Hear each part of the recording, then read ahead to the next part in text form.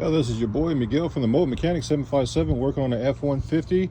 The customer put too much transmission fluid in there, and I was not going to go up under the pan and start messing up gaskets and everything else.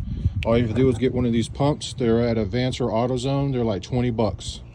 All you have to do, depending on how narrow the hole is for the transmission, you just attach this to the orange hose. The piece goes inside the orange hose, and then the black goes in there. And this is for skinny areas that the orange hose is too fat to go to. And all I'm going to do is push it all the way down as much as I can. I've already done it. I'm just showing you what I actually done. So bear with me. It's one hand. And I got that enough. The top one is the suction. The bottom one is the discharge. Suction, discharge. And all I did is I took the discharge, I put it on a pan like this.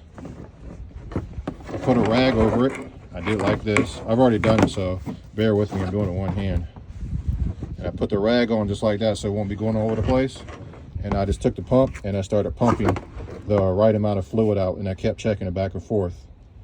This is an easy way of sucking fluids, and if you don't want to pull off hoses and drain stuff and pull off gaskets and all that, it's a very good tool to use. It comes with a long orange hose, and it also comes with the black extension of it for anywhere that's real skinny and you can't get the orange hose in there.